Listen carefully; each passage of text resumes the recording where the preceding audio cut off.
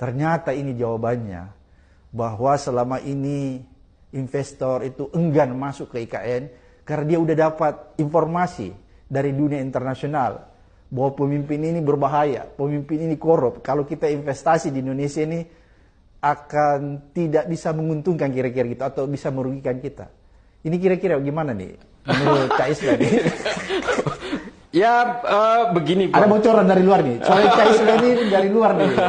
Ya. Udah ketemu OCCRP nih Cak Islah, ketemu langsung.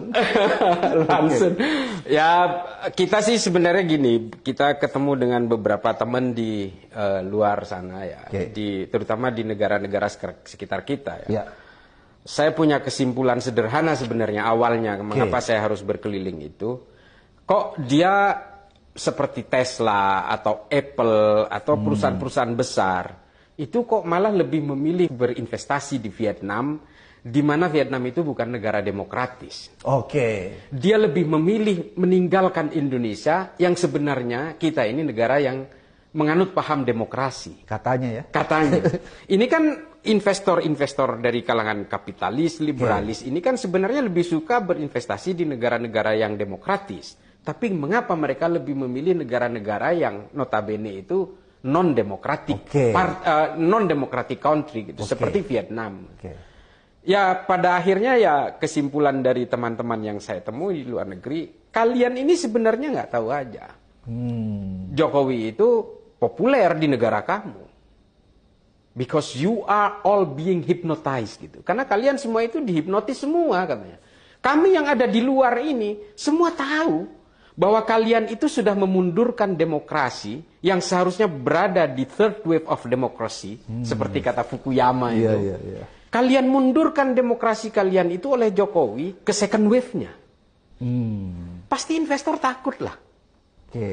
Kalian nggak sadar bahwa demokrasi di Indonesia itu dimundurkan kepada gelombang kedua, seperti negara-negara di Afrika.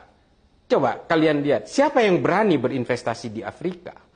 Karena ketika berada di second wave, maka kalian itu akan betul-betul menyimpangkan demokrasi dan kemudian membangun sebuah otoritarianisme atas nama demokrasi. Ini kata mereka nih, kata teman-teman saya yang ya kita bikin diskusi kecil-kecilan lah di suatu tempat di Singapura kemarin. Dia bilang, dan itu yang dialami oleh negara-negara di Afrika. Dan semua orang punya prediksi termasuk OCCRP ternyata.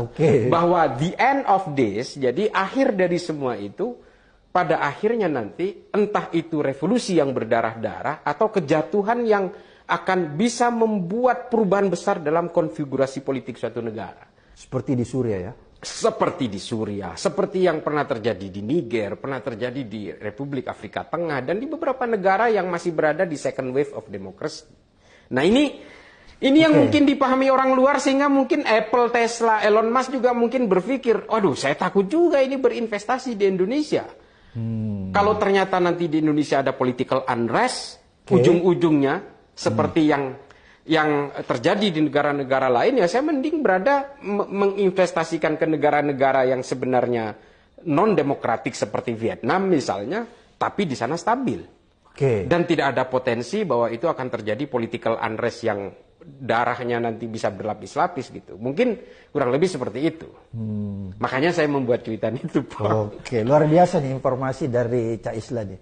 Cak Islah ini kan kalau kita lihat ya, seperti tadi Cak Islah katakan, waktu awal-awal kita banyak tertipu tuh. Seolah-olah Elon Musk mau masuk tuh lewat Teslanya ya, menginvestasikan. Tapi tiba-tiba ternyata nggak jadi. Belum lagi kita lihat ada beberapa korporasi besar yang tadinya punya pabrik besar di Indonesia itu cabut pindah ke Vietnam, bahkan ada pindah ke Thailand juga ya, kita lihat. Termasuk juga ke Filipina yang sebenarnya bukan favorit sebenarnya.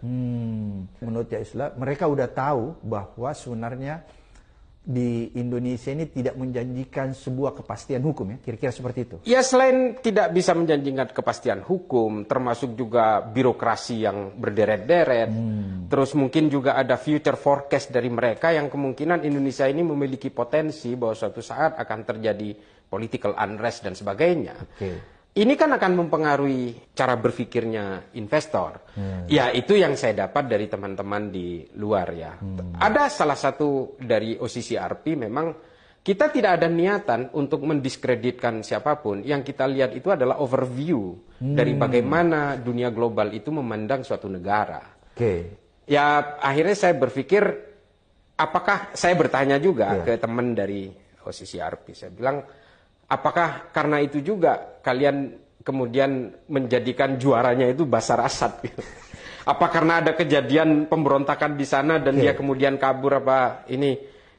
Karena kalau pandangannya itu soal viral, sebenarnya ya mungkin karena viral. Makanya ya mungkin Bashar Assad yang terpilih. Seharusnya bukan Bashar mungkin. Kalau tidak ada pemberontakan itu mungkin bukan Bashar Assad juaranya. Nggak tahu.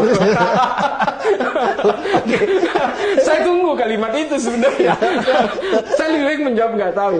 Biar bolanya ada di Puang. Jadi menarik Cak Islah ya. Ternyata bahwa dunia luar itu sudah jauh mengamati kita sejak dari dulu ya, sehingga kita dianggap tertipu nih. Itu tadi bahasanya Cak Islah ya. Ya menurut saya sih kalau kita menghubungkan kepada investasi, kalau dari hasil diskusi kecil yang ya mungkin 5-6 orang kemarin di Singapura itu ya kurang lebih seperti itu. Artinya ya investasi di Indonesia yang apalagi IKN kan, yang dikatakan oversubscribed, yang dikatakan katanya seperti, sudah antri. Oh sudah antri, ternyata atau tidak ada apa-apa. Itu bisa jadi ya mungkin bagaimana cara dunia luar memandang suatu negara itu kan karena betul-betul A to Z gitu ya, dari hulu sampai hilir dia betul-betul pertimbangkan.